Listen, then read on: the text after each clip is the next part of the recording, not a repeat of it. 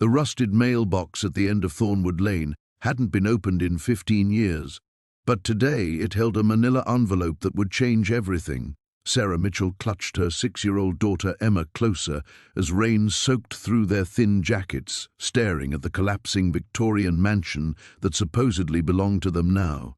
The lawyer's letter crinkled in her wet fingers, something about a grandmother she'd never met, an inheritance she'd never expected, and a fortune hidden somewhere in these decaying walls.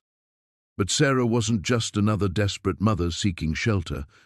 Before addiction destroyed her life, she'd been Dr. Sarah Chen Mitchell, a forensic accountant who'd helped the FBI trace millions in laundered money. Those skills had cost her everything when she'd gotten too close to the wrong case. Now, as shadows moved between the twisted trees surrounding the mansion, she realized someone had been watching them since they'd arrived. The same someone who'd been searching this property for decades. What had her grandmother hidden that was worth killing for, and why had she left it all to a granddaughter she'd never met? Before we jump back in, tell us where you're tuning in from, and if this story touches you, make sure you're subscribed, because tomorrow I've saved something extra special for you. Emma's teeth chattered against Sarah's shoulder. They'd been living in their car for 3 weeks, moving from one parking lot to another, surviving on convenience store food and Emma's stubborn optimism. The 12-hour bus ride from Portland had drained their last $20, but desperation had made the gamble necessary. "Mommy, it looks like a haunted house," Emma whispered, her voice barely audible over the rain drumming against the mansion's broken shutters. Sarah studied the structure through the growing dusk. Victorian gingerbread trim hung in splintered pieces, and several windows were boarded over with rotting plywood. Moss crept up the foundation like green fingers, and the wraparound porch sagged at dangerous angles. Yet something about the bones of the building suggested it had once been magnificent. "Let's find a way inside before we catch pneumonia," Sarah murmured, guiding Emma through the overgrown garden. Blackberry vines snagged at their clothes, and somewhere in the darkness an owl hooted mournfully. The front door hung askew on rusted hinges. Sarah pushed it open with her shoulder, wincing at the prolonged creak that announced their arrival to anyone listening. The smell hit her immediately: mildew, decay, and something else. Something that reminded her of old paper and secrets. Inside, their footsteps echoed on warped hardwood floors. Sarah's phone flashlight revealed a grand staircase with an ornate banister, though several balusters had snapped and fallen. Dust motes danced in the weak beam like tiny ghosts. "Stay close to me," Sarah warned as they explored the main floor.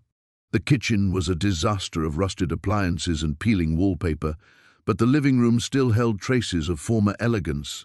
A massive stone fireplace dominated one wall, flanked by built-in bookshelves that stretched to the ceiling. Emma pointed at a portrait hanging above the mantel, its subject barely visible through decades of grime. "Is that Great-Grandma Lily?" Sarah studied the painting more closely. Even through the dirt, she could make out a woman with severe features and piercing eyes that seemed unnervingly familiar. Lily Chen had been her father's mother, though he'd claimed she'd disowned him when he married Sarah's Irish mother. Why would a woman who'd cut ties with her son leave everything to a granddaughter she'd never met? A board creaked somewhere upstairs. Sarah froze, pulling Emma behind the dusty sofa. They waited in silence, listening. Another creak, deliberate and measured. Footsteps. Her forensic training kicked in despite 3 years of trying to bury those instincts under pills and self-destruction. Someone else was in the house. Someone who knew how to move quietly but wasn't quite quiet enough. She felt around the floor until her fingers found a loose floorboard. Underneath, her grandmother had apparently hidden emergency supplies, matches, candles, and what felt like a small metal box. Sarah pocketed the box and grabbed the matches. "We're going to play a game," she whispered to Emma. "We're going to be very, very quiet mice, okay?"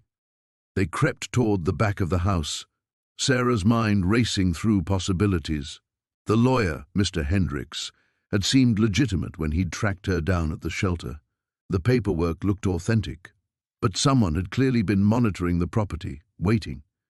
The back door was swollen shut. Sarah threw her shoulder against it until it burst open, sending them stumbling into the rain-soaked yard. Behind them, she heard heavy footsteps moving faster now, no longer concerned with stealth. They ran into the forest, Emma's small hand clutched in hers. Sarah's heart pounded as branches whipped at their faces. Behind them, a flashlight beam swept across the trees. 20 yards into the woods, Sarah pulled Emma behind a massive Douglas fir. In the darkness, she opened the small metal box she'd found. Inside were 3 items: an old key, a photograph of her father as a young man, and a business card for a private investigator in Seattle. Someone wanted whatever Lily Chen had hidden badly enough to stake out an abandoned house for years. And now Sarah was the only thing standing between them and their prize. The rusted mailbox leaned at a precarious angle, its painted numbers barely visible through decades of weather damage. Sarah pulled her battered Honda to a stop, Emma's face pressed against the passenger window as they both stared at the narrow dirt road disappearing into the towering Douglas firs. "This can't be right," Sarah muttered, checking the handwritten directions from the lawyer's office for the 3rd time. The GPS had given up 20 minutes ago, leaving them to navigate by landmarks that seemed to exist only in theory. Emma unbuckled her seatbelt and leaned forward. "Mom, it looks like a horror movie." Sarah couldn't disagree. The overgrown driveway vanished into shadows so deep they seemed solid, and the trees pressed close on both sides like massive sentinels. But the numbers on the mailbox matched the deed in her purse, and this was the only road they'd found in the past hour of searching. "It's just old, sweetheart. Grandmother Edith lived alone out here for a long time." Sarah forced confidence into her voice that she didn't feel. The Honda's engine coughed as she turned onto the dirt road, and she silently prayed it would hold together long enough to get them wherever they were going. The driveway wound through the forest for what felt like miles but was probably only a few hundred yards. Branches scraped against the car's roof, and more than once Sarah had to navigate around fallen logs that had clearly been there for seasons. Just when she was beginning to wonder if they'd taken a wrong turn somewhere, the trees opened up into a clearing. "Oh my God," Emma breathed. The mansion loomed before them like something from a Gothic novel. 3 stories of weathered Victorian architecture stretched across the clearing, complete with gabled windows, ornate trim, and a wraparound porch that sagged in several places. Paint peeled from every surface in long, curling strips, and ivy had claimed the entire east wall. Several windows were boarded up, while others stared blindly with cracked or missing glass. Sarah turned off the engine and sat in silence, trying to reconcile this crumbling monument with her memories of grandmother Edith. The woman had always dressed impeccably during her rare visits, her silver hair perfectly styled, her jewelry expensive but tasteful. Nothing about her had suggested she was living in this. "Are we really going to live here?" Emma's voice was small. Sarah looked at her daughter's pale face and felt her heart clench. 12 years old, and already she'd been through too much. The divorce, watching her father disappear from their lives, the eviction notice, sleeping in the car for 3 nights while Sarah tried to figure out their next move. And now this. "Let's just take a look inside first," Sarah said, pocketing the old-fashioned skeleton key the lawyer had given her. "We'll figure it out from there." They climbed the porch steps carefully, testing each board before putting their full weight on it. The front door was solid oak beneath layers of peeling varnish, and the key turned surprisingly easily in the ornate lock. The door swung open with a prolonged creak that echoed through the interior. Dust motes danced in the afternoon light, streaming through dirty windows. The entry hall was vast, with a sweeping staircase that curved up to the 2nd floor. Faded wallpaper depicted hunting scenes that seemed to shift and move in the uncertain light. The air smelled of old wood dust and something else, something floral and faint that might have been Edith's perfume. "The electricity's supposed to be on," Sarah said, flipping a switch near the door. Nothing happened. She tried another with the same result. Emma had wandered into what appeared to be a sitting room, her footsteps echoing on the hardwood floors. "Mom, look at this." Sarah followed her daughter's voice, and found her standing before a massive stone fireplace. The mantelpiece was carved with intricate designs, flowers and vines that seemed almost alive in the dim light. But what had caught Emma's attention was the portrait hanging above it. The painting showed a woman in her 30s with dark hair swept back and piercing blue eyes. She wore a green dress that probably cost more than Sarah had ever spent on clothing in her entire life, and around her neck was a necklace that seemed to catch and hold what little light filtered into the room. "She looks like you, Mom," Emma said softly. Sarah stared at the portrait, a chill running down her spine that had nothing to do with the mansion's drafty interior. The woman did look familiar, but Sarah was certain she'd never seen the painting before. The style suggested it was old, maybe 19th century, but the woman's face could have belonged to any era. A sudden sound from somewhere deeper in the house made them both freeze. It was soft but distinct, like footsteps on old wood. Sarah grabbed Emma's hand, her pulse quickening. "Probably just the house settling," she whispered, but her eyes were already scanning for the nearest exit. The floorboards groaned under Sarah's weight as she stepped into the mansion's main hallway, Emma clinging to her jacket.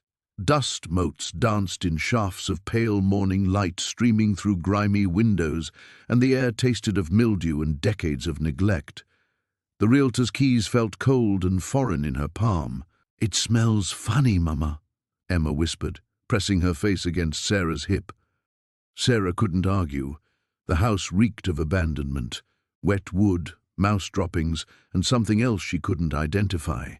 Something that made her skin crawl. "It just needs some fresh air, baby. We'll open all the windows." The lawyer had warned her the place was uninhabitable, but seeing it now, Sarah wondered if even the word uninhabitable was generous. Wallpaper peeled from the walls in long curling strips, revealing water-stained plaster beneath. A chandelier hung at a precarious angle, half its crystals missing. The Persian rug squelched under their feet, sodden from a leak somewhere above. But it was theirs.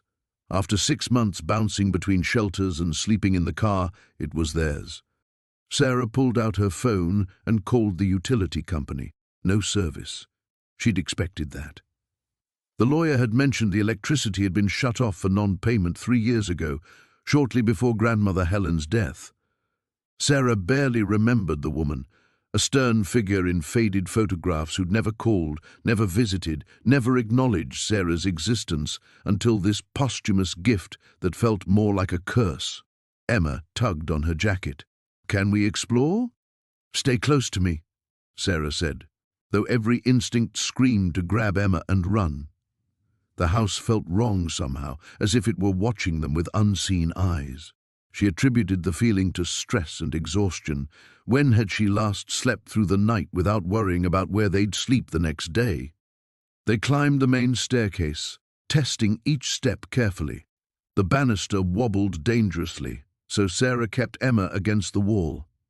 Upstairs they found 6 bedrooms, all in various states of decay. The master bedroom's ceiling had partially collapsed, revealing blackened beams and a glimpse of the attic above. But the room at the end of the hall seemed structurally sound, with a window that opened onto a view of the surrounding forest. "This could be your room," Sarah told Emma, who was already arranging her few stuffed animals on the dusty windowsill. "Will we really live here forever?" Emma asked, her 7-year-old voice carrying a weight of uncertainty that broke Sarah's heart. "For as long as we want," Sarah promised, hoping it was true. They spent the afternoon exploring, making mental notes of what needed immediate attention. The kitchen pipes had burst at some point, flooding the floor and warping the cabinets beyond repair. The furnace looked like it belonged in a museum. Most of the windows were cracked or broken entirely. But as Sarah investigated further, she began to notice things that didn't fit with simple abandonment. In the study, books had been pulled from shelves and left scattered on the floor, spines broken, pages torn. The desk drawers hung open, their contents ransacked. Picture frames lay shattered, their photographs missing. Someone had searched this house recently. The realization sent ice through Sarah's veins. She called Emma back from the conservatory, where her daughter had been delighting in the wild roses that had grown through broken windows. "We need to go into town," Sarah said, trying to keep her voice calm. "Get some supplies." As they drove down the winding mountain road, Sarah's mind raced. Why would anyone search an abandoned house? What had they been looking for? And more importantly, had they found it? The nearest town, Millfield, consisted of little more than a gas station, a grocery store, and a diner that had seen better days. Sarah bought basic supplies, flashlights, batteries, cleaning materials, and enough food for a few days. The elderly cashier studied them with undisguised curiosity. "You're Helen Morrison's granddaughter," the woman said. It wasn't a question. "Yes, ma'am. I'm Sarah Mitchell. Terrible shame. What happened to her?" The cashier shook her head. "Though I suppose at her age, falling down those stairs was bound to happen eventually." Sarah's blood chilled. "Stairs?" "Oh, yes, dear. Found her at the bottom of the main staircase. Broke her neck, poor thing. Been dead for days before anyone found her." The woman leaned closer, lowering her voice. "Course, there were some who wondered if it was really an accident. Helen was spry for 83, knew every creaky board in that house like the back of her hand." Sarah's hands shook as she signed the credit card receipt. "What do you mean?" But the cashier had already turned to the next customer, dismissing Sarah with a wave. During the drive back to the house, Emma dozed in her car seat while Sarah's mind churned with new fears. The ransacked room suddenly took on a sinister significance. Had someone killed her grandmother? Was whatever they'd been searching for still hidden somewhere in that decaying mansion? As they pulled into the overgrown driveway, Sarah noticed something that made her stomach drop. Fresh tire tracks in the mud beside the house. Someone had been there while they were gone. The beam of Sarah's phone flashlight cut through the mansion's dusty air as she followed the narrow hallway behind the kitchen. Emma's small hand gripped hers tightly, their footsteps muffled by decades of accumulated grime on the hardwood floors. The house groaned around them like a living thing, settling into the Oregon night. "Mommy, I don't like this place," Emma whispered, pressing closer to her mother's leg. Sarah squeezed her daughter's hand. "I know, sweetheart. We just need to find somewhere safe to sleep tonight." She didn't mention that safe was a relative term when you'd been living in their car for 3 weeks. The hallway opened into what must have once been a grand parlor. Moth-eaten curtains hung from tall windows, and furniture sat shrouded in white sheets like ghosts frozen in time. Sarah pulled back one sheet, revealing an ornate velvet sofa that, despite the dust, appeared structurally sound. "This will do for tonight," she said, more to herself than to Emma. As she shook out the sheet to use as a makeshift blanket, something crinkled beneath the sofa cushions. Sarah reached down and pulled out an envelope, yellowed with age. Her grandmother's spidery handwriting across the front made her heart skip. "For Sarah, when you finally come home." Emma curled up on the sofa, exhaustion overriding her fear of the strange house. Sarah settled beside her, carefully opening the envelope. Inside was a single sheet of paper and what looked like a map drawn in the same shaky hand. "My dearest Sarah," the letter began. "If you're reading this, then I'm gone, and you've inherited more than you bargained for. This house holds secrets that men have killed for, and they won't hesitate to kill again. Trust no one in town. The corruption runs deeper than the root systems in these woods." Sarah's hands trembled as she continued reading. Her grandmother wrote about hidden compartments, about documents that could expose a conspiracy spanning decades, about money hidden where only family blood can find it. The letter was vague on specifics, but crystal clear on one point: Sarah and Emma were in danger. The map showed the mansion's layout with several locations marked with small X's. One was circled in red ink, a room labeled study on the second floor. A sudden creak from somewhere above made Sarah's blood freeze. Emma stirred but didn't wake. Sarah strained her ears, listening. The sound came again, deliberate, like footsteps crossing a floor. She clicked off her phone's flashlight and sat in the darkness, every muscle tense. Maybe it was just the old house settling. Maybe it was an animal that had found its way inside. Maybe it was someone who knew she was here. Minutes crawled by in silence. Sarah's eyes adjusted to the darkness, and she could make out the room's basic shapes. The footsteps didn't return, but she couldn't shake the feeling that they weren't alone. When Emma's breathing deepened into sleep, Sarah carefully extracted herself from the sofa. She had to know what was in that study. If her grandmother had hidden something valuable enough to kill for, Sarah needed to find it first.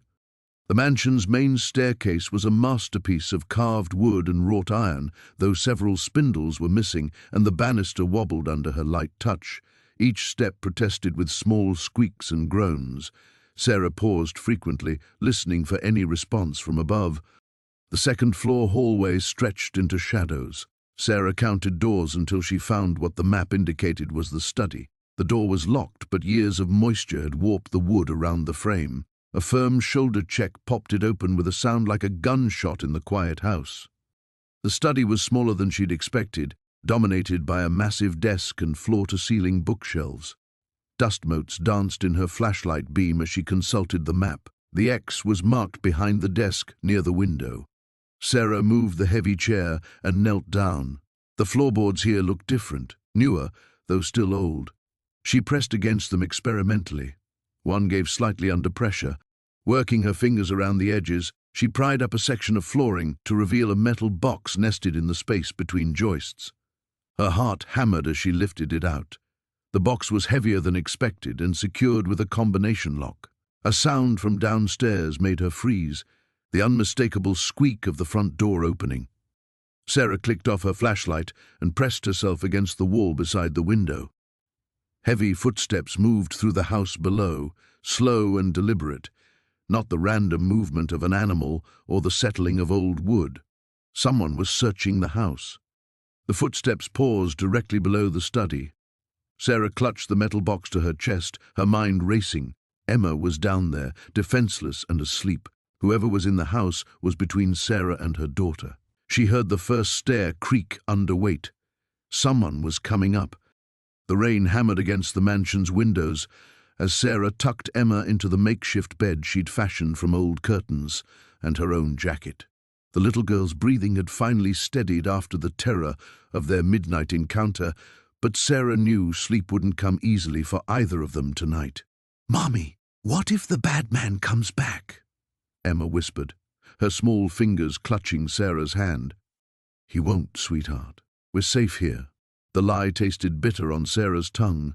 Nothing about this place felt safe anymore, but she couldn't let her daughter see the fear coursing through her veins like ice water. Once Emma's eyes fluttered closed, Sarah crept back to the library, her phone's flashlight cutting through the oppressive darkness. The intruder's words echoed in her mind. Where is it? Whatever her grandmother had hidden, it was valuable enough to draw dangerous people from the shadows. She examined the disturbed books more carefully, running her fingers along the empty spaces on the shelves. Most of the remaining volumes were classics, Dickens, Austen, Poe, their leather bindings cracked with age. But one section caught her attention, a gap where several books had been pulled out and carelessly shoved back in, their spines misaligned. Sarah extracted the books one by one, checking behind them for hidden compartments or loose panels. On her fifth attempt, her fingers found something unexpected, a thin metal box wedged behind a collection of Shakespearean sonnets. Her heart raced as she worked it free. The box was roughly the size of a jewelry case, its surface tarnished with age. A small brass lock held it shut, but years of moisture had corroded the mechanism. Sarah used her house key to pry it open, the metal giving way with a soft click. Inside, nestled in faded velvet, lay a collection of photographs and a small leather journal. Sarah's breath caught as she recognized her grandmother's handwriting on the journal's cover, "For Sarah, when the time comes." The photographs were old, some dating back decades based on the clothing and black and white printing. They showed her grandmother as a young woman, standing beside a tall, distinguished man Sarah didn't recognize.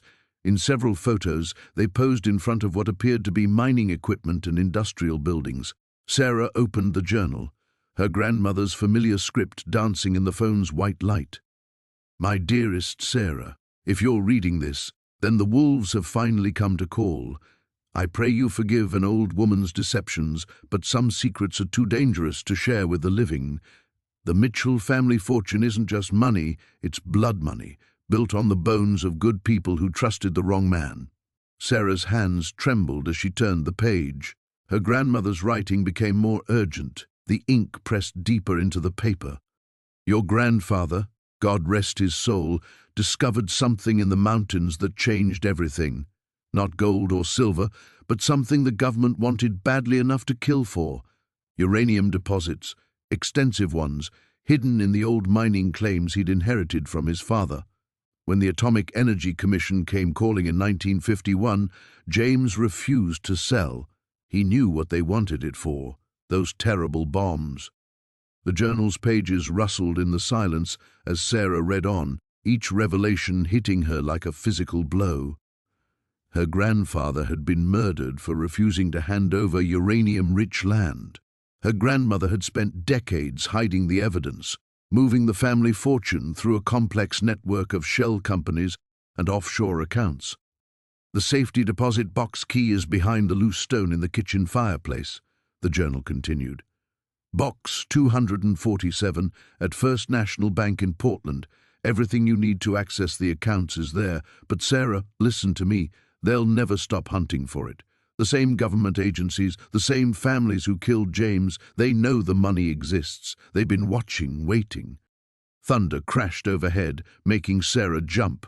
She clutched the journal tighter, her mind reeling.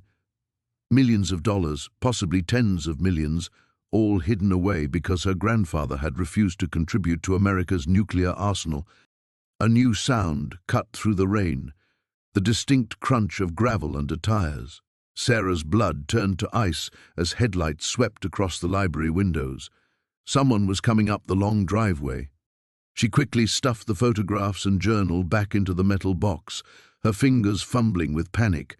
The books went back on their shelf in a haphazard pile as the engine noise grew closer. Multiple vehicles, judging by the sound. Sarah raced upstairs to Emma, gently shaking her daughter awake. "Baby, we need to go, right now. What's happening?" Emma's voice was thick with sleep. "Just trust, Mommy. Can you be very quiet and very brave?" Emma nodded, suddenly alert. Sarah grabbed their few belongings in the metal box, leading her daughter toward the back staircase she'd noticed earlier. The kitchen door would be their best escape route, but first she needed to find that loose stone her grandmother had mentioned. Outside, car doors slammed shut. Men's voices carried through the rain, sharp and authoritative. Sarah's heart pounded as she pressed her eye to the kitchen window. 3 black SUVs sat in the circular driveway, their occupants already spreading out around the mansion's perimeter. This time, they'd come prepared. The floorboard creaked beneath Sarah's weight as she knelt in the mansion's dusty library, Emma sleeping fitfully on the moth-eaten sofa behind her. 3 days had passed since their arrival, and every shadow seemed to whisper threats. The strange phone calls had stopped, but that only made her more nervous. Sarah's fingers traced the edges of loose planks near the massive stone fireplace. Her grandmother's cryptic note had mentioned where stories begin and end. Surely that meant the library. The room felt different from the others, as if secrets had soaked into its very foundations. A metallic click echoed through the silence as her fingernail caught on something embedded in the wood. Heart racing, she worked at the spot until a small brass key emerged from a hidden groove. It was warm against her palm, worn smooth by countless hands. "Mama?" Emma's sleepy voice cut through the darkness. "I heard something outside." Sarah froze, listening. Wind rustled through ancient pines, but underneath that natural symphony came the unmistakable crunch of footsteps on gravel. Slow, deliberate, circling the house. "Stay very quiet, baby," Sarah whispered, pocketing the key and moving to the window. Through grimy glass, she caught glimpses of a dark figure with a flashlight, methodically checking the mansion's perimeter. The beam swept across windows, lingered at doors, probed shadows with professional efficiency. The front door rattled. Sarah's blood turned ice cold as the handle turned slowly, testing. She had locked it, she was certain, but the old mechanisms might not hold. Emma whimpered softly, and Sarah pressed a finger to her lips while her mind raced through options: the back stairs, the servants' entrance. Anywhere but here. Glass shattered somewhere on the first floor. Moving with desperate silence, Sarah gathered their few belongings and lifted Emma into her arms. The little girl trembled but stayed quiet, understanding instinctively that their lives depended on it. Together they crept toward the library's rear exit, Sarah's bare feet finding the spots between creaking boards through pure maternal instinct. Heavy footsteps echoed from the main hallway below. A man's voice, low and irritated, spoke into what sounded like a radio or phone. "The place is a maze. Could take hours to search properly." Another voice crackled in response, too distant to understand. "Yeah, I know what the boss said. No witnesses." Sarah's knees nearly buckled. She forced herself to keep moving, carrying Emma through a narrow servants' corridor that connected to the main staircase. Moonlight filtered through broken shutters, creating a patchwork of silver and shadow that felt like camouflage and exposure simultaneously. The brass key burned in her pocket. Whatever it unlocked might be worth killing for, but first she had to keep her daughter alive. They reached the back staircase just as footsteps began climbing the main stairs. Sarah descended as quickly as she dared, Emma's weight familiar and precious in her arms. The kitchen door stood open, their planned escape route, but voices drifted from that direction now too. "Check the basement. I'll take upstairs. What about the old woman's notes?" Boss seemed real interested in those. "First, we make sure nobody's here to cause problems." 2 men, maybe more outside. Sarah's options narrowed to a single choice that made her stomach clench with terror. The cellar stairs descended into absolute darkness, but they led to the mansion's foundation, and possibly another way out. She found the cellar door behind the pantry, its hinges protesting with barely audible squeaks. The brass key seemed to pulse against her leg as they descended into musty blackness that smelled of earth and decades of secrets. Emma buried her face against Sarah's neck, small fingers clutching desperately. Sarah wished she could offer comfort, but terror had stolen her voice. Each step down felt like entering a tomb. At the bottom, her outstretched hand found a light switch. She hesitated. Electricity meant visibility, but also the possibility of being seen. Voices echoed from directly overhead now, muffled by floorboards and time. "Nothing up here. You find anything?" "Just old furniture and rat droppings. Maybe they never came here." Sarah flicked the switch and nearly cried with relief when a single bulb illuminated the cellar. Stone walls lined with wooden shelves stretched into shadows, but more importantly, a narrow window near the ceiling showed stars beyond the glass. The brass key caught her attention again as her eyes adjusted. Along the far wall, an ornate wooden chest sat beneath a canvas tarp, its brass lock gleaming despite the dust. The key's size and shape seemed to match perfectly. Emma whispered against her ear, "Mama, are the bad men going to hurt us?" Sarah kissed her daughter's forehead and moved toward the chest. "Not if I can help it, sweetheart. Grandma Evelyn left us something important, and we're going to find out what it is." The key slid into the lock with a satisfying click. Inside the chest, yellow documents and photographs waited in neat stacks, but on top lay a leather journal bound with twine. The cover bore her grandmother's name in faded gold lettering. Above them, footsteps moved toward the kitchen. The basement door groaned as Sarah pushed it open, the hinges protesting with a sound like grinding bones. The flashlight beam cut through absolute darkness, revealing wooden steps that disappeared into shadow. Emma pressed closer to her mother's side, clutching the stuffed rabbit she'd salvaged from their car. "Maybe we should wait until morning," Emma whispered, her voice barely audible. Sarah considered it, but the weight of those searching eyes in the forest pressed against her spine. Whoever had been watching them would return, and she needed to understand what they were looking for. The answer lay somewhere in this house, in the secrets her grandmother had kept buried for decades. Stay right behind me, sweetheart. Don't let go of my shirt. The basement stretched further than seemed possible, the flashlight revealing stone walls that wept moisture and wooden shelves lined with mason jars filled with unidentifiable contents. The air tasted of earth and something else, something metallic that made Sarah's stomach clench. Emma's small hand gripped the back of Sarah's jacket as they moved deeper into the underground space. The floorboards above creaked ominously with each step, and Sarah found herself wondering if the entire structure might collapse on them at any moment. "Mom, look." Emma's whisper carried a note of wonder rather than fear. The flashlight beam found what had caught her daughter's attention, a section of the stone wall that looked different from the rest. Where the other stones were rough-hewn and ancient, this area had been carefully constructed with newer mortar. Someone had walled something up, then tried to make it look old.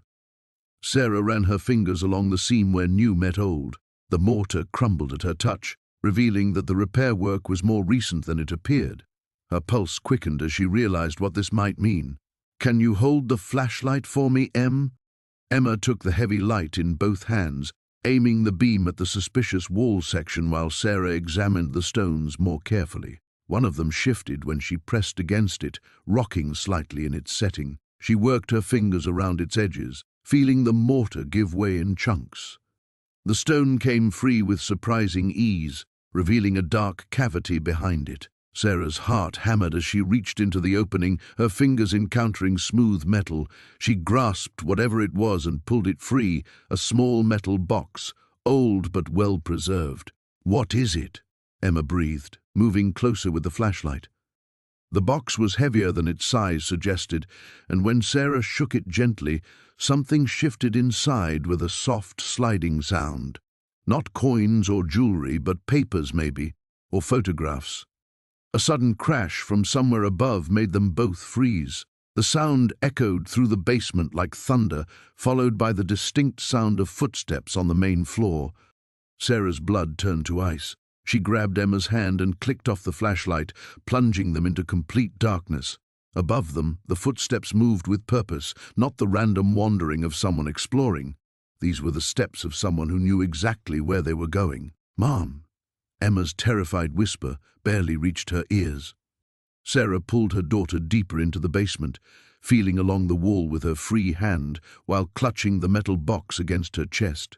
Her fingers found what felt like an alcove, and she pressed them both into it, making themselves as small as possible.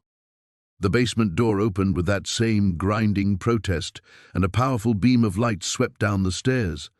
Not a flashlight like theirs, but something much brighter, professional. Heavy boots descended the wooden steps with deliberate slowness. Sarah held her breath, feeling Emma trembling against her side. The light moved methodically across the basement, searching. A man's voice called out, rough and impatient. "I know you're down here, saw your car outside, no point hiding." Sarah's mind raced. There had to be another way out. Old houses like this often had root cellars or storm entrances. Her free hand explored the wall behind them, feeling for any kind of opening. The light swept closer to their hiding spot. In seconds, they would be discovered.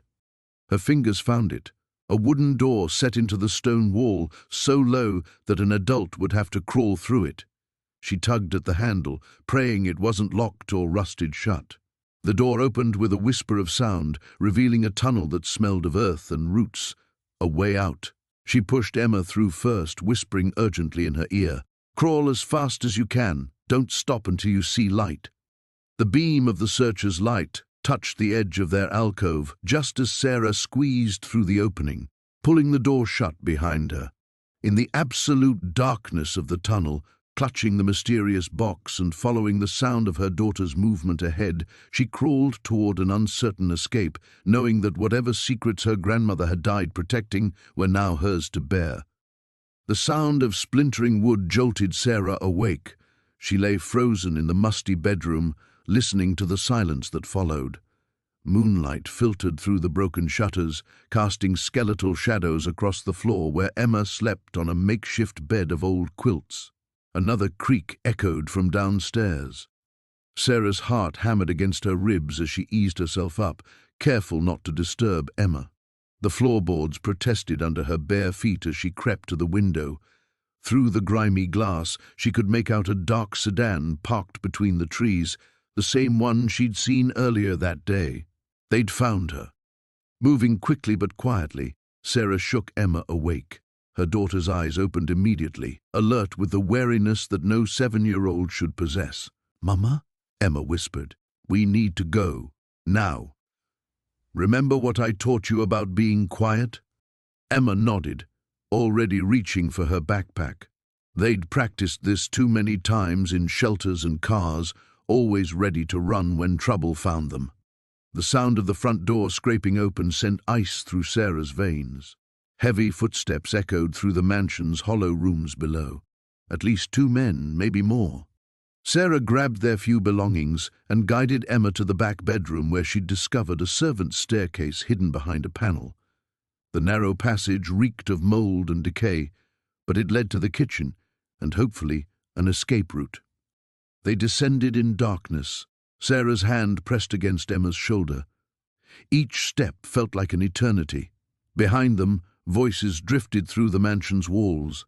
"Check upstairs. They've got to be here somewhere. Boss wants this wrapped up tonight. Find the woman and the kid." Sarah's blood turned cold. They weren't just after her. They knew about Emma. At the bottom of the staircase, Sarah peered through the crack in the panel. The kitchen lay in shadow, empty for now. She could hear the men moving through the front rooms, their footsteps growing closer. "Stay right behind me," she breathed into Emma's ear.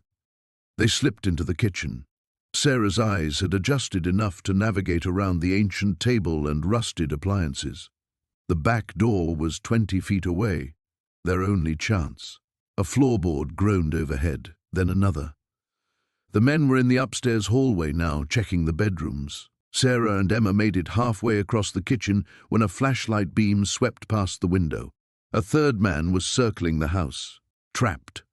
Sarah's mind raced through their options. The basement. They could hide in the basement until the men left. But what if they didn't leave? What if they waited them out? The beam of light moved past the window again, and Sarah noticed something that made her pulse quicken.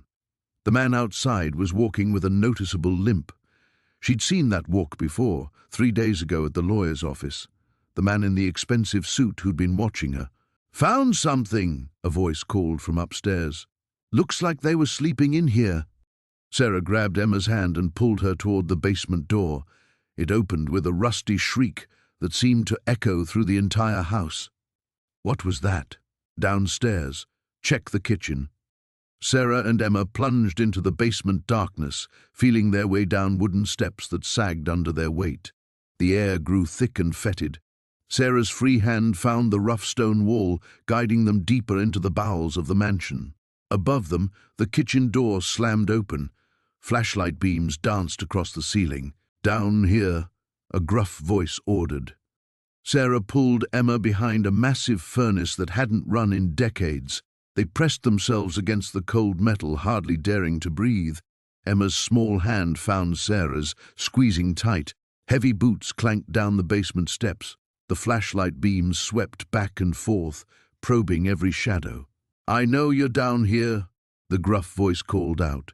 "We just want to talk. About your grandmother's legacy." Sarah bit back a bitter laugh. If they only wanted to talk, they wouldn't have broken into the house in the middle of the night. The beams moved closer. Sarah could hear them checking behind the water heater, the old coal bin, the shelves of canning jars. Soon they'd reach the furnace. That's when Sarah noticed it, a draft of cool air against her ankle. She looked down and saw a gap between the furnace and the wall, partially hidden by cobwebs and debris, some kind of crawl space. Without hesitation, she dropped to her hands and knees and pushed Emma toward the opening. "Mama, go," Sarah whispered urgently. "Crawl as far as you can." Emma disappeared into the darkness just as a flashlight beam rounded the corner of the furnace. Sarah pressed herself flat against the wall, holding her breath as the light passed inches from her face. The beam moved on, but she knew they'd be back, and next time they'd be more thorough. In the distance, she could hear Emma's soft breathing from somewhere in the crawl space. Whatever lay beyond that gap, it had to be better than waiting here to be found. Sarah squeezed into the opening and crawled into the unknown. The cellar door stood open like a mouth screaming into darkness. Sarah clutched Emma's hand tighter, her flashlight beam dancing across stone steps that disappeared into shadows below. The metal box felt heavy in her other arm, its contents still a mystery she hadn't dared explore since fleeing the house. "Mama, I don't want to go down there," Emma whispered, pressing against Sarah's leg. "I know, baby, but we need to stay hidden until those men leave." Sarah's voice remained steady despite the terror clawing at her chest. Through the kitchen window, she'd watched two figures circling the property with tactical precision, their flashlights sweeping methodically across the grounds. They descended carefully, each step echoing in the confined space. The cellar smelled of earth and decay, with an underlying metallic tang that made Sarah's stomach turn. Her flashlight revealed rough stone walls lined with empty wine racks and forgotten furniture draped in cobwebs. Emma stumbled, her small cry echoing off the walls. Sarah immediately switched off the flashlight, plunging them into absolute darkness. Above, footsteps thundered across the kitchen floor. "Check every room," a gruff voice commanded. "She's got to be here somewhere. The car's still outside." Sarah's heart hammered as she guided Emma behind what felt like an old furnace, its cold metal surface rough against her palm. The metal box clinked softly against the floor, the sound seeming thunderous in the silence. "What about the basement?" another voice asked, younger, nervous, obviously. "You take it. I'll finish up here." Heavy boots approached the cellar door. Sarah pressed her hand over Emma's mouth gently, feeling her daughter's rapid breathing against her palm. The footsteps paused at the top of the stairs. A powerful beam cut through the darkness, sweeping left and right. Sarah held her breath, pulling Emma deeper into the shadows behind the furnace. The beam passed inches from their hiding spot, illuminating dust motes dancing in the stale air. The man descended slowly, his weight making the old wooden steps groan. Sarah could hear him breathing, could smell cigarette smoke and something sharp, gun oil maybe. Her mind raced through possibilities. If he found them, if he had orders to eliminate witnesses. The beam swept closer. Emma trembled against her, and Sarah realized they needed a miracle or another way out. She let her eyes adjust to the ambient light filtering down from upstairs, scanning desperately for options. That's when she saw it, a darker rectangle in the far wall, partially hidden behind collapsed shelving. Another opening, maybe a coal chute from the house's earlier days. If they could reach it without being seen. The searcher moved toward their side of the cellar, his flashlight probing every corner with methodical patience. Sarah waited until he turned his back, then squeezed Emma's hand 3 times, their old signal from when they'd lived in the shelter, meaning move quietly. They crept along the wall, Sarah clutching the metal box against her chest to prevent any sound. 20 feet, 15. The man's light swung in their direction, and they froze behind a stack of moldering boxes. "Find anything?" the voice from upstairs called down. "Still looking. Place is a maze down here." 10 feet from the opening now. Sarah could see it was indeed a coal chute, its metal doors hanging open to reveal a narrow tunnel angling upward. It would be tight, especially carrying the box, but possible. Emma reached the opening first, and Sarah boosted her up into the chute. The metal box proved more challenging. It barely fit through the opening, and Sarah had to angle it carefully to avoid scraping sounds. Behind them, the flashlight beam grew brighter as the searcher worked his way methodically through the cellar. Sarah squeezed into the chute last, pulling herself up the steep incline using her elbows and knees. The metal was rusty and sharp, cutting through her jacket and into her skin. Above her, Emma's small form blocked most of the faint light from the exit. They emerged behind a tangle of blackberry bushes 20 yards from the house. Sarah immediately pulled Emma close, both of them covered in rust stains and breathing hard. Through the mansion's windows, she could see flashlight beams moving from room to room. "Mama, what's in the box?" Emma asked, her voice barely audible. Sarah looked down at the metal container that had nearly gotten them killed. Whatever grandmother had hidden inside, it was worth enough to bring armed men to a remote mansion in the middle of the night. Worth enough to make them hunt a homeless woman and her child through a crumbling house. "I don't know yet," Sarah whispered, "but we're going to find out." She led Emma deeper into the woods, away from the house and the men who wanted them dead. Behind them, angry voices echoed across the clearing as their pursuers realized their quarry had vanished. But Sarah knew this was just the beginning. Whatever secrets lay inside that box, they'd already painted targets on their backs. The basement door groaned as Sarah pulled it open, Emma's small hand clutching hers. The flashlight beam cut through absolute darkness, revealing wooden steps that disappeared into the bowels of the mansion. Each board creaked ominously under their weight, and Sarah counted 17 steps before they reached the concrete floor below. The air down here was different, thick with the smell of damp earth and something else, something metallic that made her stomach turn. Her flashlight swept across the cavernous space, illuminating stone walls that wept with moisture and shelves lined with mason jars filled with unidentifiable contents. "Mommy, I don't like it down here," Emma whispered, pressing closer to Sarah's leg. "I know, baby. We won't stay long." But even as she said it, Sarah knew they might not have a choice. The men upstairs weren't going away, and this basement might be their only refuge until dawn. She guided Emma toward what looked like a workbench in the far corner, her flashlight revealing tools that belonged to another era, hand-forged hammers, rusted saws, and implements she couldn't identify. Behind the bench, a tarp covered something large and angular. Sarah hesitated, then pulled back the canvas. Underneath sat an enormous safe, its black iron surface covered in decades of dust but still imposing. The combination lock gleamed dully in the flashlight beam, and beside it, someone had scratched numbers into the metal. 1847. "What's that, Mummy?" "I think it's what Grandma Rose was hiding." Sarah's heart hammered as she spun the dial. The year the Oregon Territory was established, Rose had always been obsessed with local history.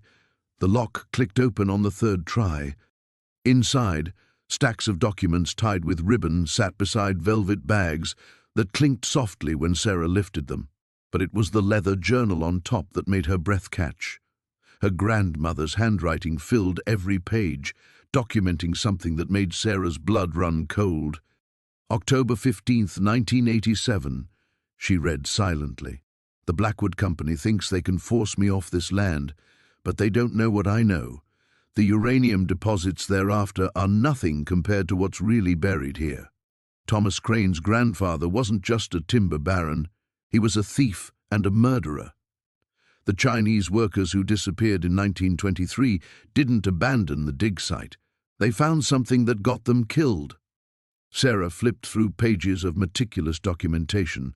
Rose had spent decades researching, gathering evidence of a cover-up that stretched back generations. The missing workers had discovered a mother lode of rare earth minerals beneath the property, minerals worth hundreds of millions in today's market. They'd been murdered to keep them quiet, their bodies hidden in the very tunnels they'd dug. A crash from upstairs made both Sarah and Emma jump. Footsteps echoed through the house above them, systematic and searching. Sarah quickly stuffed the journal into her jacket and grabbed 2 of the velvet bags, feeling the weight of what had to be original gold coins. "This way," she whispered, noticing a narrow passage at the back of the basement. The flashlight revealed that it wasn't just a passage, it was the entrance to a tunnel system. They squeezed through the opening, Sarah pulling Emma behind her.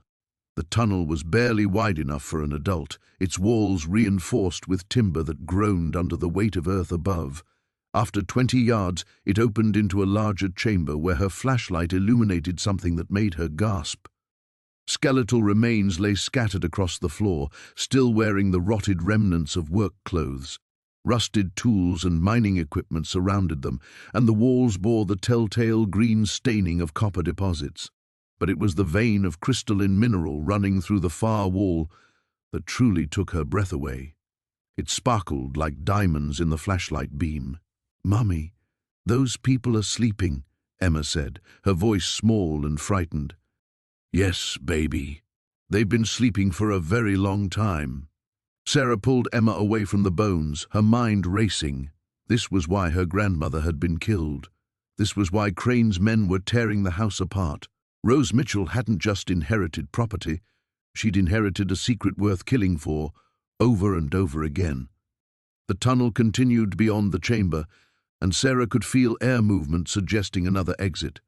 But as they pressed forward, she heard something that stopped her cold, voices echoing from the basement behind them. They found the safe open, boss. Someone's been down here. Check the tunnel. And remember, we need the woman alive until she tells us where the rest of it is hidden. Sarah clicked off the flashlight, plunging them into absolute darkness.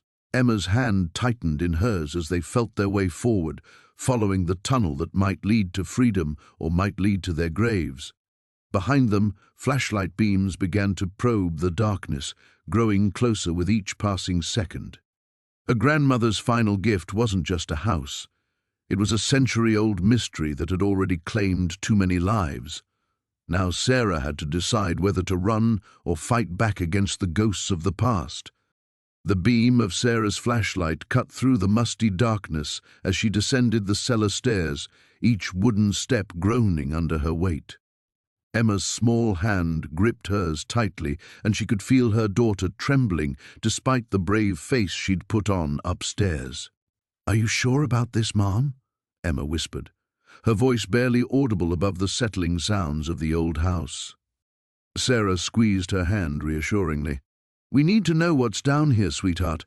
Your great-grandmother left us clues for a reason." The cellar was larger than she'd expected, stretching beyond the reach of her flashlight beam. Stone walls wept with moisture, and the air hung thick with decades of neglect. Cobwebs draped from the low ceiling like ghostly curtains, and the smell of earth and decay filled her nostrils. They moved slowly across the uneven floor, Sarah's light sweeping methodically from side to side. Old furniture huddled in corners like sleeping beasts, a broken rocking chair, stacks of mouldering boxes, and what appeared to be an ancient workbench covered in rust-stained tools. "There," Emma pointed toward the far wall. "That brick looks different." Sarah followed her daughter's gaze and saw it immediately, a section of the stone wall where newer mortar had been crudely applied. The work was amateurish, clearly done by someone without masonry experience. Her grandmother's handiwork, perhaps. They approached the wall carefully, Sarah running her hands along the irregular surface. The mortar crumbled at her touch, decades old but still softer than the original construction. She grabbed a crowbar from the workbench and began chipping away at the edges. "Step back, Emma." The first brick came loose with surprising ease, tumbling to the floor with a hollow thud. Then another, and another, until Sarah had created an opening large enough to peer through. She aimed her flashlight into the gap and gasped. Behind the wall lay a small chamber, no bigger than a closet. Inside, stacked neatly on wooden shelves, were dozens of metal boxes, safety deposit boxes, by the look of them, each bearing different bank names and numbers. "What is it?" Emma pressed closer, trying to see over Sarah's shoulder. "I think your great-grandmother was more careful than we realized." Sarah reached through the opening and pulled out the nearest box. It was heavy, solid steel with a combination lock that had been left open. Inside, wrapped in oilcloth, were bundles of cash, hundreds, thousands, more money than Sarah had ever seen in one place. But it wasn't just money. Beneath the cash lay documents, bank statements, property deeds, investment certificates. As Sarah scanned the papers by flashlight, a picture began to emerge of her grandmother's true financial situation. Margaret Mitchell hadn't been the poor recluse everyone believed. She'd been systematically moving money, hiding assets, building a fortune that spanned multiple states. "Mom, look at this." Emma had found another box, this one filled with photographs and letters. The pictures showed Margaret as a young woman, standing next to a handsome man in what appeared to be the 1960s, but it was the letters that made Sarah's blood run cold. The correspondence was between Margaret and someone identified only as RK. The tone was intimate at first, romantic even. But as Sarah read further, the letters took on a darker cast. References to the Portland situation and keeping quiet about the warehouse. Mentions of money changing hands and threats veiled in polite language. One letter, dated just 3 years ago, made Sarah's hands shake as she read it aloud. "Margaret, you've had 40 years to think about this. The statute of limitations may have run out on prosecution, but my patience hasn't. That money doesn't belong to you, and you know it. Make this right, or I'll make it right for you." Emma looked up at her mother with frightened eyes. "What does it mean?" Before Sarah could answer, a sound from upstairs made them both freeze. Footsteps, slow, deliberate, moving across the floor above their heads. Sarah quickly switched off the flashlight, plunging them into absolute darkness. The footsteps paused, then changed direction, heading toward the kitchen where they'd left the cellar door open. Sarah's heart hammered against her ribs as she grabbed Emma's hand and pulled her deeper into the shadows behind the workbench. A beam of light appeared at the top of the cellar stairs, much brighter than Sarah's flashlight. Professional equipment. Whoever was up there had come prepared. "Sarah Mitchell?" The voice was male, calm, authoritative. "I know you're down there. We need to talk about your grandmother's property. About what belongs to whom." Sarah pressed her hand over Emma's mouth, feeling her daughter's rapid breathing against her palm. The footsteps began descending the stairs, each step echoing through the stone chamber like a countdown. The beam of light swept across the cellar floor, methodically searching. In moments, it would find them. The cellar beneath the mansion stretched farther than Sarah had imagined, its stone walls weeping with decades of moisture. Her flashlight beam danced across wooden support beams that groaned under the weight of the house above, and she could hear Emma's nervous breathing behind her as they descended the rotting stairs. "This place smells like something died down here," Emma whispered, covering her nose with her sleeve. Sarah's stomach lurched at the accuracy of that observation, but she pressed forward. The map Marcus had given her before disappearing showed a hidden chamber somewhere behind the wine cellar, and after finding the first cache of documents, she knew her grandmother had been far more careful about hiding evidence than she'd initially believed. The wine cellar appeared exactly as the map indicated. Rows of empty wooden racks covered in cobwebs, their contents long since consumed or rotted away. But as Sarah ran her hands along the back wall, her fingers found what she was looking for, a section of stone that felt different, slightly raised from the rest. "Emma, shine your light here." The hidden mechanism clicked when Sarah pressed against it, and a narrow section of the wall swung inward on silent hinges. Beyond lay another room, this one lined with metal filing cabinets and a desk that looked far newer than anything else in the mansion. "Grandma Rose really was paranoid," Emma said, stepping into the secret office. Sarah pulled open the first filing cabinet and gasped. Inside were dozens of folders containing bank statements, property deeds, and investment records spanning 40 years. The numbers were staggering. Rose Mitchell had accumulated millions of dollars through a complex network of shell companies and offshore accounts. But it wasn't just the money that made Sarah's hands shake as she flipped through the documents. It was the names attached to them. Senator William Crane, whose recent vote on mining legislation had made national headlines. Judge Patricia Holmes, who'd presided over several high-profile environmental cases. CEO Jonathan Webb of Pacific Development Corporation. "Mom, look at this." Emma had found a leather journal on the desk, its pages filled with Rose's careful handwriting. "It's like a diary, but it's all about meetings and payments." Sarah took the journal and read the most recent entries aloud. Senator Crane accepted payment for vote against mining restriction bill. Judge Holmes compromised in Clearwater River case. Webb providing inside information on federal land acquisitions. The magnitude of what they'd discovered hit Sarah like a physical blow. Her grandmother hadn't just been wealthy. She'd been blackmailing some of the most powerful people on the West Coast for decades. A sound from upstairs froze them both. Footsteps, heavy and deliberate, moving through the main floor of the mansion. Sarah grabbed Emma's arm and switched off her flashlight. motioning for her daughter to do the same. They stood in absolute darkness as the footsteps continued overhead, joined now by voices, at least 2 people, maybe 3. "Check the basement," a man's voice commanded. "If they found anything, that's where it'll be." Sarah's mind raced. They were trapped. The only way out was through the wine cellar, which meant going directly toward whoever was coming down those stairs. But staying here meant being cornered in a room with no escape route. She grabbed as many folders as she could carry and stuffed them into her jacket, then pressed the journal into Emma's hands. The footsteps on the stairs were getting closer, accompanied by the beam of a powerful flashlight. "There's another way," Emma whispered, so quietly Sarah almost missed it. She pointed to a section of the back wall where a ventilation grate was barely visible in the shadows. They moved as silently as possible, and Sarah was amazed when the grate came away in her hands without resistance. Rose had planned for this contingency too.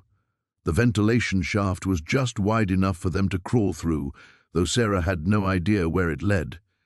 Emma went first, moving with the natural agility of youth, while Sarah followed with the precious documents pressed against her chest. Behind them, she could hear voices in the wine cellar now, and the scraping sound of someone discovering the hidden door mechanism.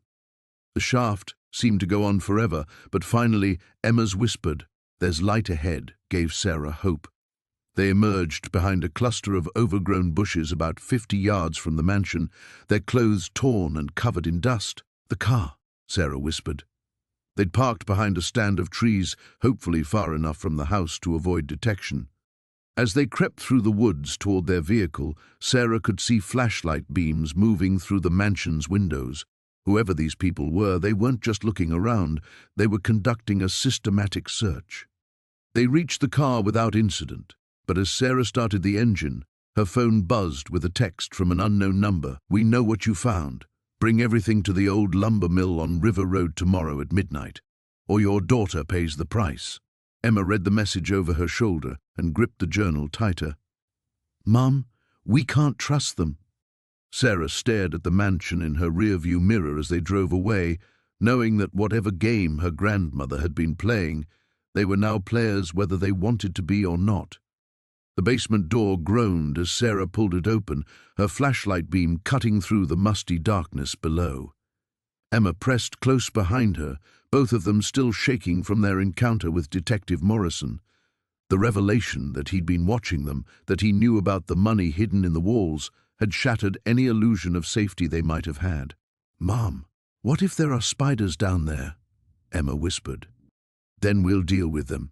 Sarah's voice sounded braver than she felt. The wooden steps creaked ominously under their weight as they descended into the mansion's bowels. The basement was larger than she'd expected, stretching beyond her flashlight's reach. Water damage had warped the floor beams overhead, and the air tasted of decay and something else, something metallic that made her stomach turn. Along the far wall she could make out the hulking silhouette of an old furnace, its pipes snaking across the ceiling like arthritic fingers. There, Emma pointed to a section of the foundation wall where the stones looked different. Newer. Grandma Evelyn's journal said to look for the replaced stones. Sarah ran her hands along the wall, feeling for loose mortar. Her grandmother's journal had been cryptic, but the basement entry was clear enough. Where the foundation was mended, the truth lies buried. One stone shifted slightly under pressure. "Help me with this." Together they worked the stone free. Behind it was a metal box, wrapped in oilcloth and sealed with wax. Sarah's hands trembled as she pulled it out. The box was heavier than expected. Inside, beneath layers of documentation, were more bundles of cash, but also something that made Sarah's blood run cold: photographs. Black and white images of men in expensive suits shaking hands with someone she recognized from old family photos. Her grandfather. "What is it, Mom?" Sarah flipped through the documents. Property deeds, bank statements, and a ledger filled with her grandmother's careful handwriting. Names, dates, amounts. It painted a picture that turned everything she thought she knew about her family upside down.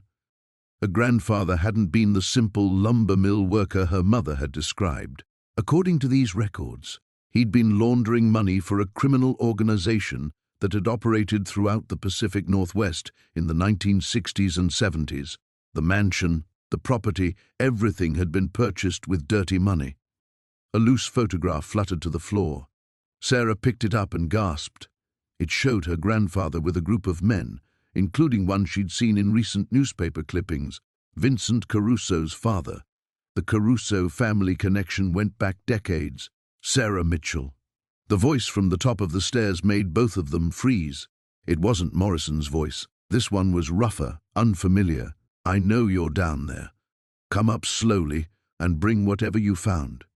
Sarah grabbed Emma's hand and clicked off the flashlight. In the sudden darkness, she could hear footsteps moving around upstairs. Multiple sets of footsteps. "The furnace," she whispered to Emma.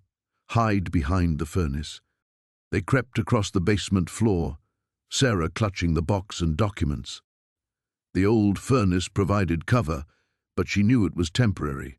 Whoever was upstairs would come looking eventually. Her phone had no signal in the basement. They were trapped. Above them, floorboards creaked as the intruders searched the house. A voice called out, "Check every room. They're here somewhere." Emma's breathing was rapid and shallow, the beginning of a panic attack. Sarah pulled her daughter close, trying to project calm while her own heart hammered against her ribs. The documents in her hands represented more than just family history. They were evidence of crimes that could bring down powerful people. No wonder Morrison and whoever else was involved were desperate to get them back. A beam of light appeared at the top of the basement stairs. "Found the basement door. They're down there." Sarah's mind raced. The basement had only one exit, the stairs where their pursuers now stood, but she remembered seeing other openings in the foundation wall, spaces where utility lines had once run, if they could reach the far wall. "Emma," she breathed directly into her daughter's ear, "when I say run, go to the wall behind us. Feel for an opening big enough to crawl through." Heavy boots began descending the stairs. Sarah counted at least 2 men, possibly 3. "Mrs. Mitchell, we're not here to hurt you. We just need those documents you found. They belong to people who are very serious about getting them back." The lie was obvious. These weren't the kind of men who left witnesses. Sarah gripped Emma's hand tighter and prepared to run. The documents and photographs pressed against her chest inside her jacket. Whatever her grandfather had done, whatever crimes her family had been built on, she wouldn't let her daughter pay the price for secrets buried before she was even born. The flashlight beam swept closer to their hiding spot.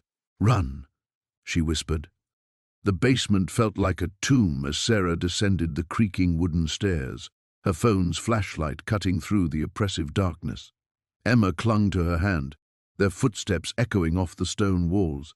The musty air grew thicker with each step, heavy with decades of neglect and something else, something that made Sarah's skin crawl. "Mommy, I don't like it down here," Emma whispered, pressing closer against Sarah's leg.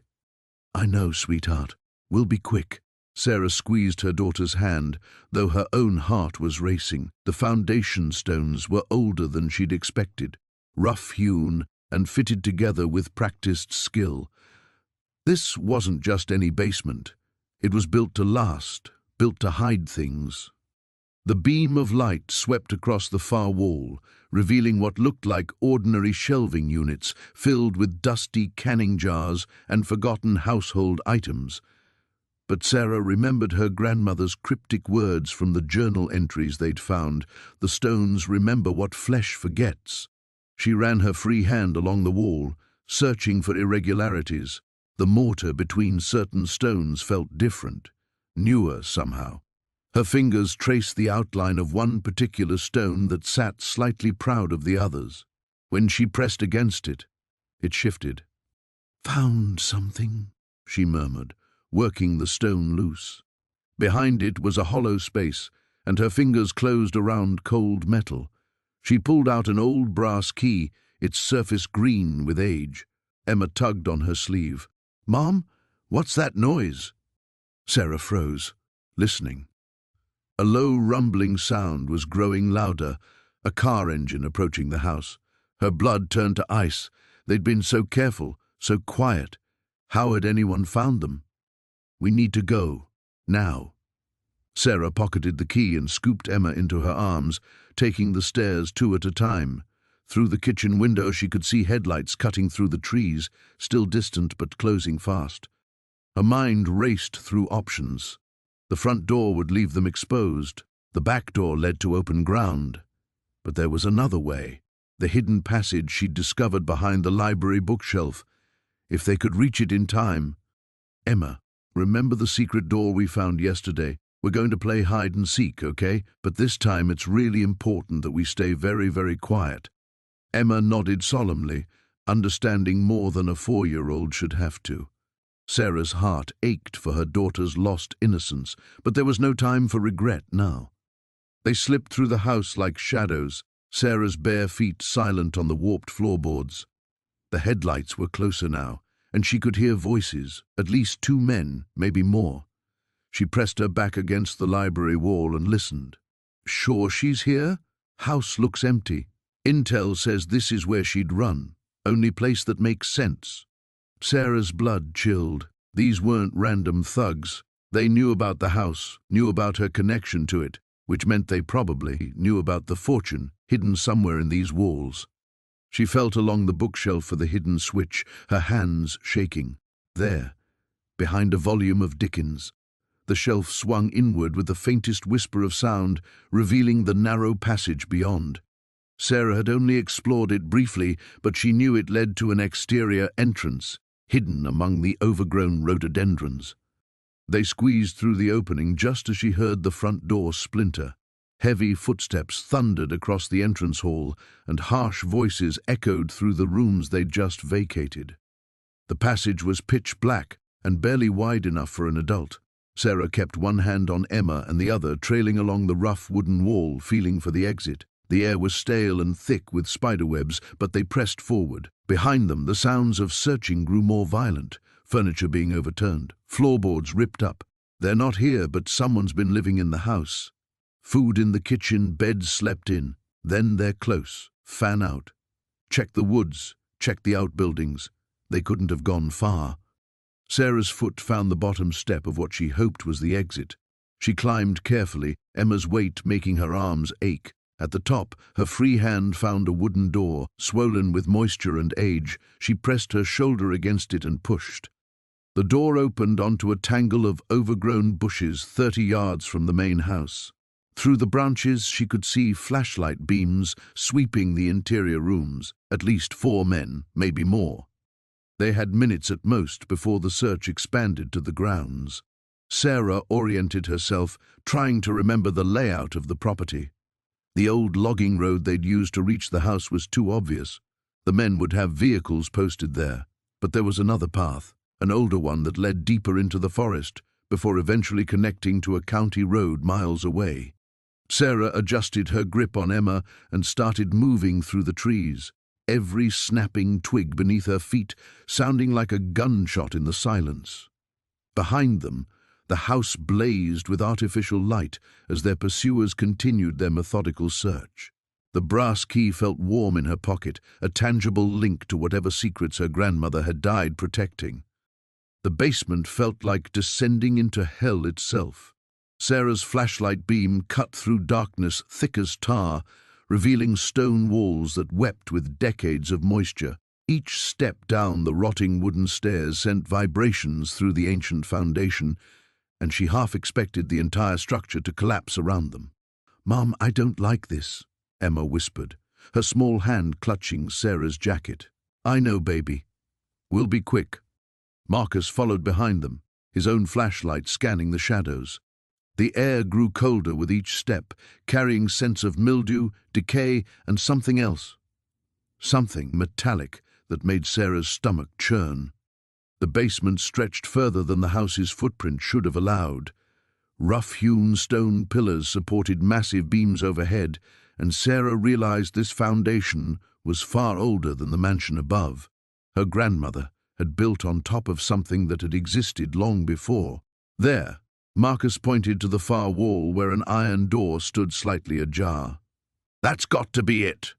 They approached carefully, flashlight beams dancing across the metal surface. The door was heavy, medieval-looking, with hinges that screamed in protest as Marcus pulled it open wider. Beyond lay another room, smaller, with walls lined with safe deposit boxes and filing cabinets. "Jesus," Marcus breathed. "Your grandmother wasn't just hiding money, she was running some kind of operation down here." Sarah moved to the nearest filing cabinet, her hands trembling as she pulled open the top drawer. Inside were folders, dozens of them, each labeled with dates spanning 40 years.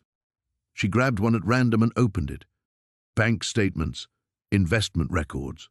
But not just any investments, these were transactions in the millions. Shell companies, offshore accounts, real estate deals that spanned 3 countries. "Mom?" Emma tugged at her sleeve. "What's that?" Sarah followed her daughter's pointing finger to a corner of the room where something glinted in the flashlight beam. She approached slowly, then gasped. Stacks of gold bars, arranged in neat pyramids, each one stamped with foreign markings. "This is impossible," she whispered. Where did she get all this? Marcus had found another filing cabinet and was rifling through papers. "Sarah, you need to see this." His voice was tight with concern. "These aren't just investment records. Look at this." He handed her a folder marked Acquisitions 1987 to 1995. Inside were photographs of various items, jewelry, paintings, sculptures, each with detailed provenance information. But as Sarah read closer, her blood ran cold. Every single item was listed as acquired through foreclosure or estate liquidation under duress. "She was stealing from people," Sarah said, the words tasting like ash. "When they couldn't pay their debts, when they lost everything, she was there to pick up the pieces. It gets worse." Marcus showed her another file. "Look at the names." Sarah scanned the list and felt the world tilt. There, among dozens of others, was a familiar name, Detective Harrison's parents. Their family farm, foreclosed in 1993, acquired by a shell company owned by her grandmother. "That's why he's after us," she realized. "This isn't just about money, it's personal." A sound from upstairs made them all freeze. Footsteps, heavy and deliberate, crossing the floor above their heads. "He found us," Marcus whispered. Sarah's mind raced. They were trapped in the basement with only one exit, and Harrison was between them and freedom. But as her flashlight swept across the room again, she noticed something she'd missed before, another door partially hidden behind the stacked gold bars. "Help me move these," she hissed to Marcus. They worked frantically, shifting the heavy bars as quietly as possible. The footsteps above grew louder, more urgent. Harrison was searching room by room, and it wouldn't be long before he found the basement entrance. The hidden door opened to reveal a tunnel carved into the rock itself. Sarah remembered stories her mother had told about the Oregon coast, about Prohibition-era smugglers who had honeycombed the cliffs with hidden passages. "It's a smuggling tunnel," she breathed. "It probably connects to the beach." The footsteps above stopped. Then Sarah heard the unmistakable creak of the basement stairs. "Go," Marcus urged, pushing Emma toward the tunnel. "I'll buy you time." "No." Sarah grabbed his arm. "We all go together." "Sarah, listen to me. Take Emma and get out of here. There's enough evidence in these files to put Harrison away forever. But only if you live to use it." The beam of a powerful flashlight appeared at the bottom of the basement stairs. "I know you're down here, Sarah," Harrison's voice echoed off the stone walls. "There's nowhere left to run." Marcus pressed a thick folder into Sarah's hands. "Evidence," he whispered. "Everything you need." Then he stepped out from behind the filing cabinet, his hands raised, drawing Harrison's attention, as Sarah and Emma slipped into the tunnel. The last thing Sarah saw before the hidden door closed was Marcus's determined face, and the last thing she heard was Harrison's triumphant laugh, echoing through the chamber that had housed her family's darkest secrets. The basement walls seemed to pulse with malevolent energy as Sarah pressed her back against the cold stone, Emma trembling in her arms. Marcus Blackwood's footsteps echoed from the main floor above, deliberate and patient. He knew they were trapped. "Mama, I'm scared," Emma whispered, her small fingers clutching Sarah's torn jacket. "I know, baby. but we're going to be okay." The lie tasted bitter on Sarah's tongue as she scanned the basement's shadows for any possible escape route. The hidden chamber where they'd found grandmother's cash felt like a tomb now. A floorboard creaked directly overhead. Marcus was moving toward the basement door. Sarah's mind raced through their options. The basement windows were too small and positioned too high. The main staircase was their only way out, but Marcus controlled that route. Unless... Her eyes fell on the old coal chute in the corner. Its metal door rusted but still intact. It was a long shot, but desperation made the impossible seem reasonable. She crawled toward it, Emma following close behind. The metal hinges protested with a sharp squeal that made Sarah's heart stop. She froze, listening. Marcus's footsteps had paused. "Sarah?"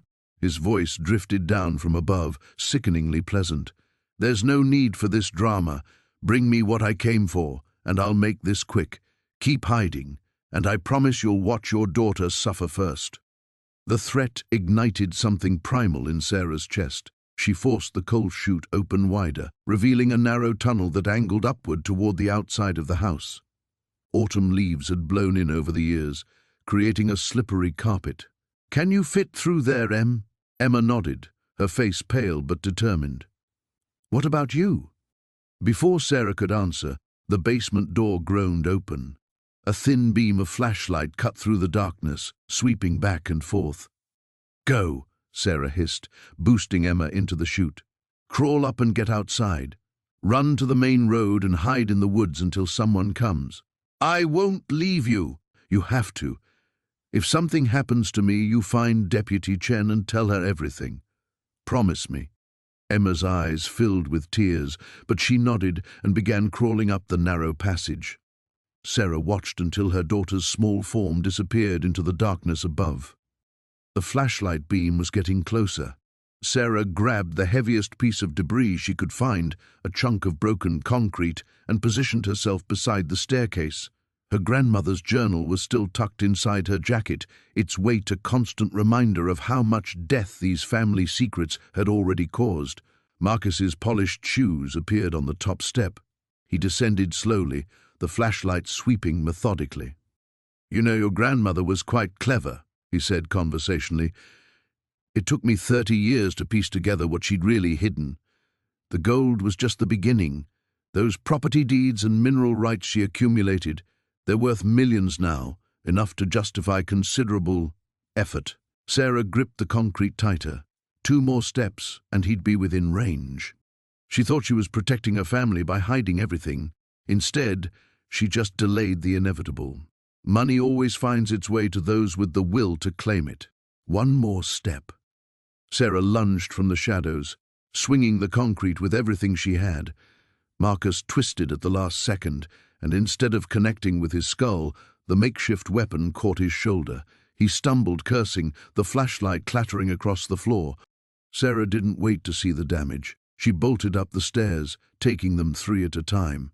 Behind her, Marcus roared in pain and rage. The main floor felt cavernous in the darkness. Sarah's phone was dead, useless. She needed to reach Emma and get to the road. Deputy Chen had promised to return in the morning, but morning felt like an eternity away. She burst through the front door into the cold night air. "Emma!" A small figure emerged from behind the oak tree. "Mama!" They ran toward each other, but Sarah's relief was short-lived.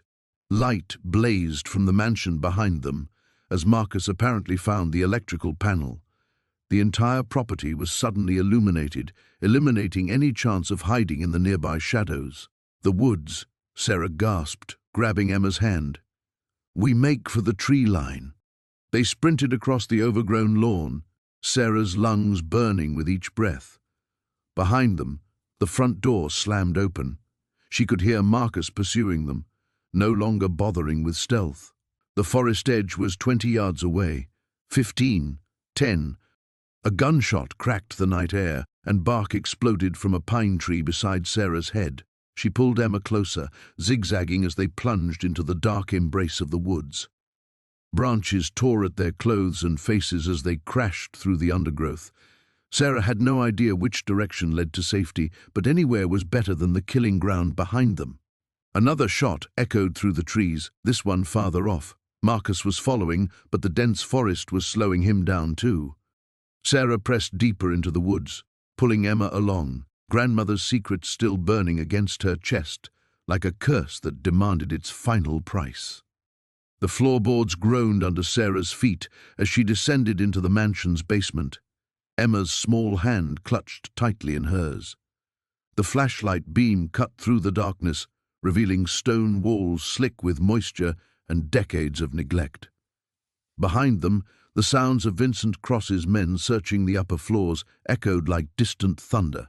"Mommy, I'm scared," Emma whispered, her voice barely audible above the dripping water somewhere in the shadows.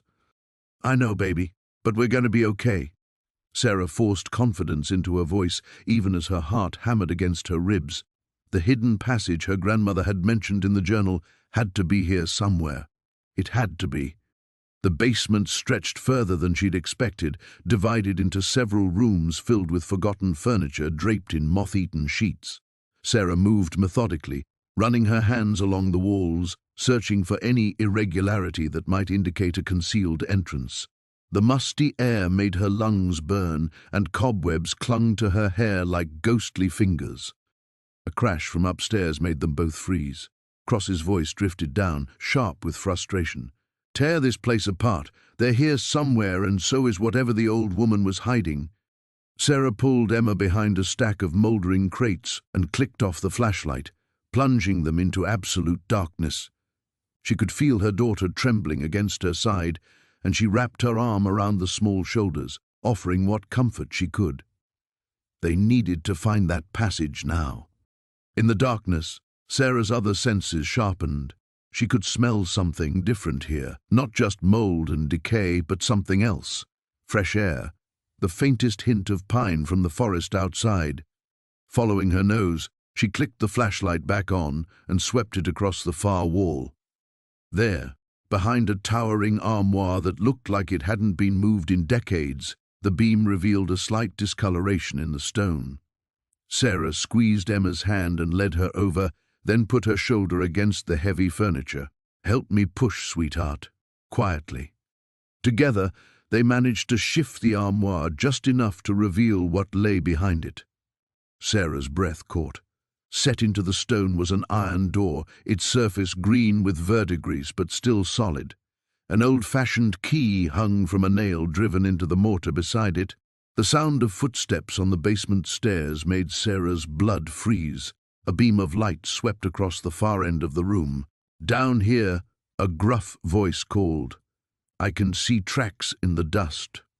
Sarah grabbed the key with shaking fingers and jammed it into the lock. For a terrifying moment it resisted, and she thought it might be rusted shut. Then, with a grinding protest, it turned. The door swung inward on hinges that squealed like wounded animals. "This way," she breathed, pulling Emma through the opening. They found themselves in a narrow tunnel carved from the living rock, barely wide enough for an adult to walk upright. The air was cooler here, and definitely fresher. Sarah closed the door behind them as quietly as she could and turned the key from this side, hoping it would buy them precious time. The tunnel sloped upward, and after what felt like an eternity of stumbling through the darkness, they emerged into a small cave hidden among the massive roots of an ancient Douglas fir. The opening was cleverly concealed by hanging moss and fallen branches. Sarah had to admire her grandmother's foresight, or perhaps paranoia. They were perhaps 100 yards from the mansion, deep enough in the forest that the searchers' lights looked like fireflies in the distance. But Sarah knew they couldn't stay here. Cross would eventually find the tunnel, and when he did, he'd come after them with everything he had. "Where are we going now, Mommy?" Emma asked, exhaustion clear in her small voice. Sarah pulled out her phone and was relieved to see she had signal. Her fingers flew over the screen as she composed a text to Detective Morrison, whose card she'd kept since their first meeting. She quickly explained their location and situation, praying he would believe her and respond quickly. As they waited in the shadows, Sarah's mind raced. The journal had mentioned more than just the escape route. Her grandmother had written about a safety deposit box in town, one that contained evidence of Cross's illegal activities dating back decades. evidence that would put him away forever. But first, they had to survive the night. A response from Morrison appeared on her screen. On my way. Stay hidden. Federal agents en route. Sarah clutched Emma closer, watching the lights move through the mansion windows. Soon, Cross would realize they'd escaped.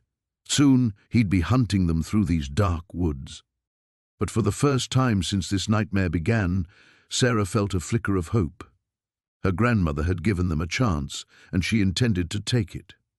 The morning sun filtered through the shattered windows of grandmother's study as Sarah carefully extracted the final bundle of documents from behind the false wall. Her hands trembled, not from fear this time, but from exhaustion and the weight of what she'd discovered. Emma sat cross-legged nearby, sorting through old photographs with the solemnity of someone far older than her 8 years. "Mom, look at this one." Emma held up a faded picture of a young woman standing beside a gleaming automobile. "Is that great-grandma?" Sarah glanced over, recognizing her grandmother's defiant smile even across decades. "Yes, sweetheart, that's her." She returned to the documents, her breath catching as she read the final letter in the bundle. It was addressed to her, written in her grandmother's careful script and dated just weeks before her death. "My dearest Sarah, if you're reading this, then the wolves have finally come to collect what they believe is theirs. But they're wrong. Everything hidden in these walls belongs to you now. The money, yes, but more importantly, the truth. The Blackwood Foundation isn't just corrupt, it's a front for something much darker. For 30 years I've been collecting evidence of their crimes, money laundering, murder, the systematic destruction of families who stood in their way. Your grandfather discovered their activities in 1987. That's why they killed him. I've spent my life gathering proof, hiding it where they'd never think to look, in plain sight, in the walls of a crumbling house they assumed was worthless. Every document, every photograph, every financial record you've found is a nail in their coffin. But Sarah, you must understand, this fight doesn't end with exposing them. They have people everywhere, judges, politicians, police. Trust no one in positions of power. The only person you can rely on is Detective Maria Santos. She's been my contact for years, though she doesn't know the full scope of what I've hidden.